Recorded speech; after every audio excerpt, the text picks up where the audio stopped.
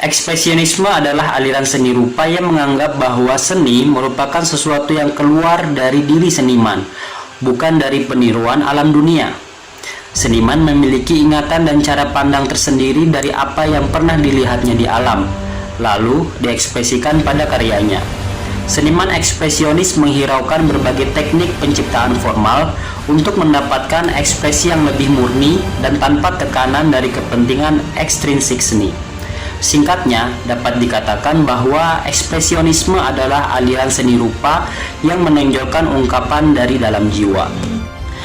Meskipun begitu, biasanya seorang ekspresionis tetap memiliki kemampuan teknis yang hebat dan sensibilitas tinggi terhadap isu-isu seni, baik secara langsung seperti mempelajarinya sendiri, maupun secara tidak langsung yang berarti terpengaruh dari lingkungannya yang kaya akan khazanah seni. Hanya saja aliran ini memang menentang teknik-teknik yang telah mapan sebelumnya dan memilih untuk menggunakan formulanya sendiri, gejala yang biasa terjadi dalam proses perkembangan seni. Ekspresionisme muncul di berbagai kota di seluruh Jerman sebagai tanggapan terhadap kecemasan yang tersebar luas tentang hubungan manusia yang semakin tidak harmonis dengan alam dunia. Aliran ini mencemaskan perasaan kehilangan unsur keaslian dan spiritualitas dari seni yang hanya menyalin. Ekspresionisme muncul sebagai bagian dari reaksi terhadap impresionisme dan seni akademis klasik yang sudah mencapai puncak artistik yang mapan yang dianggap terlalu kaku karena hanya meniru alam. Ekspresionisme sangat diilhami oleh aliran simbolisme pada seni abad ke-19, Vincent van Gogh, Edvard Munch, dan James Ensor adalah seniman-seniman yang sangat berpengaruh pada munculnya aliran ekspresionisme. Gerakan aliran ekspresionisme berlangsung dari sekitar 1905 hingga 1920 dan menyebar ke seluruh Eropa bahkan dunia. Pengaruhnya akan terasa sepanjang sisa abad ini dalam seni Jerman. Teknologi baru dan upaya urbanisasi besar-besaran mengubah pandangan masyarakat dunia, sehingga para ekspresionis ingin mencerminkan dampak psikologis dari perkembangan tersebut. Cara yang mereka lakukan adalah dengan menjauh dari meniru apa yang mereka lihat, ke arah ekspresi emosional dan psikologis tentang bagaimana dunia memengaruhi mereka dalam karyanya. Akar ekspresionisme dapat ditelusuri ke seniman post-impresionisme seperti Vincent van Gogh. Istilah ekspresionisme diperkirakan lahir pada tahun 1910 oleh seniman asal Ceko Antonín Matejček yang bermaksud menunjukkan karya yang tampak kebalikan dari aliran impresionisme. Para impresionis berusaha untuk mengekspresikan keindahan alam dan wujud manusia melalui lukisannya.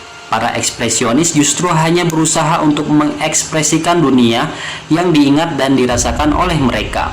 Istilah aliran ekspresionisme juga pada awalnya sering digunakan untuk mengategorikan para seniman post-impresionisme.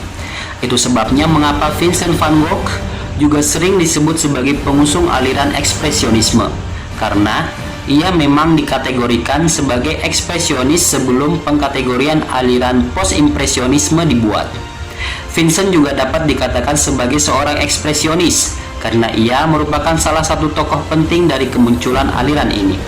Ciri-ciri ekspresionisme adalah sebagai berikut. 1.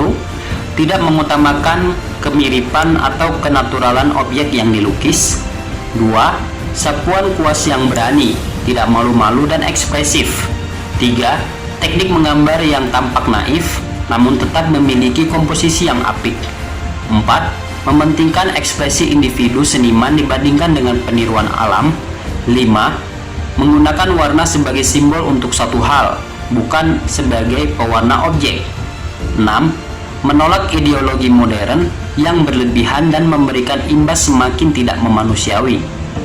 7. Mencemaskan keorisinalitasan seni terhadap imitasi alam. Beberapa seniman yang menjadi tokoh penting dalam aliran ekspresionisme meliputi Edvard Munch dengan lukisan The Scream. Lalu ada juga Ernst Ludwig Kirchner dan Affandi yang berasal dari Indonesia. Berikut adalah pemaparan gaya ekspresionisme masing-masing tokoh, dilengkapi dengan contoh tulisan dan analisis singkatnya. Yang pertama adalah Edvard Munch. Adalah seorang seniman yang dikenal selalu mengangkat isu-isu kematian yang berhubungan dengan penyakit kronis, pembebasan stigma seksual, dan aspirasi religius. Dia mengungkapkan wacana tersebut melalui karya-karyanya yang semi abstrak, subjek misterius, dan warna simbolis yang intens.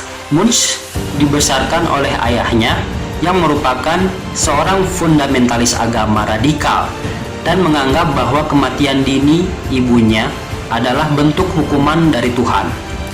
Munch yang dicekoki oleh anggapan ayahnya yang seperti itu justru malah menjadi pemberontak pada ide-ide fundamental agama seperti itu, sehingga tema itu juga yang menjadi obsesi dalam berkarya.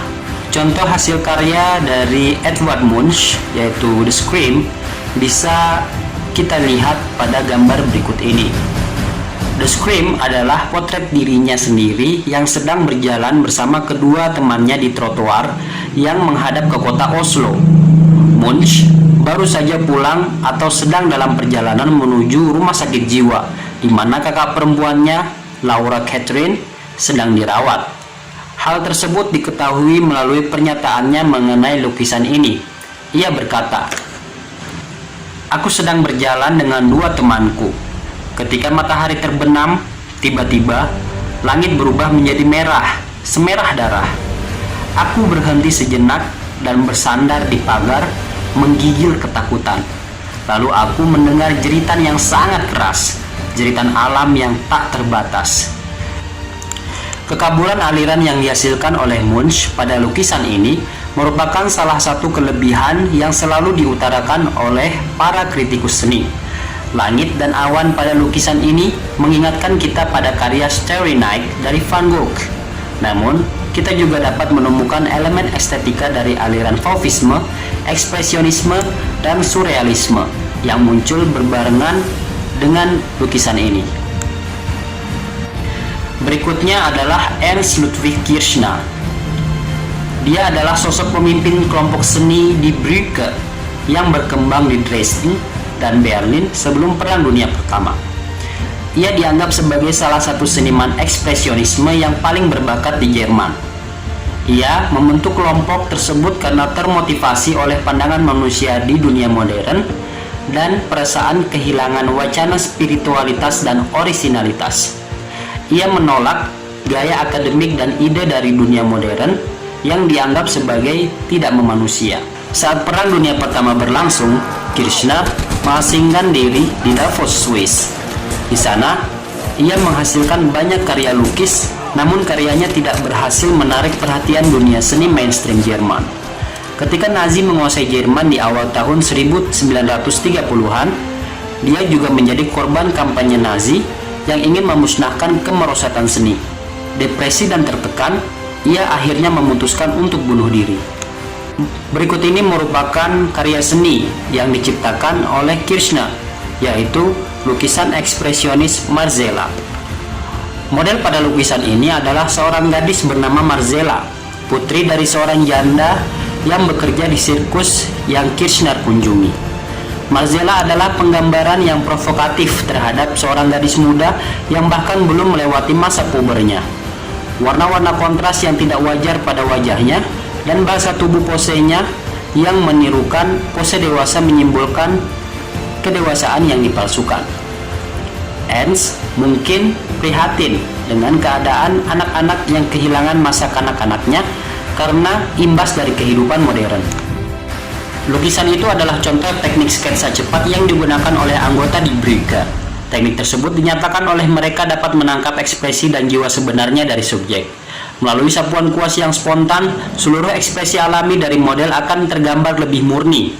Lukisan ini juga menunjukkan pengaruh Edvard Munch pada karya Kirchner, karena komposisi lukisan ini tampaknya didasarkan dari apresiasi terhadap karya Puberty 1892 oleh Munch. Affandi adalah seorang pelukis ekspresionis yang terkenal dengan teknik khas menumpahkan cat dari tubnya langsung pada kanvas.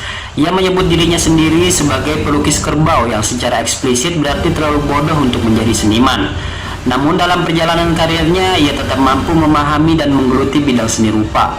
Ia lebih senang mempelajari sesuatu dengan cara terjun langsung menggelutinya.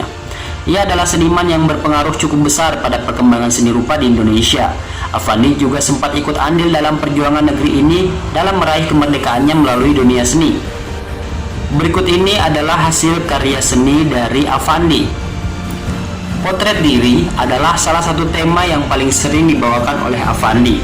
Lukisan ini meletakkan fokusnya pada wajah sosok laki-laki tua yang merupakan dirinya sendiri. Komposisi lukisan terdiri dari garis-garis melengkung, bergelombang, tebal, berantakan, dan bertekstur kasar. Warna yang digunakan sangatlah kontras dan hangat. Lukisan itu menggambarkan sang seniman dalam suasana hati yang sangat spiritual dan emosional. Subjeknya adalah cerminan diri yang sudah tua karena memiliki rambut putih dan kepala yang hampir botak. Potret tampak sedang menghisap pipa tembakau yang bisa jadi menunjukkan insting self-destruction yang makin menjadi pada usianya yang sudah tidak lagi muda. Meskipun begitu, melalui tumpahan catnya, ia masih menunjukkan gairah estetis yang membara pada masa tuanya.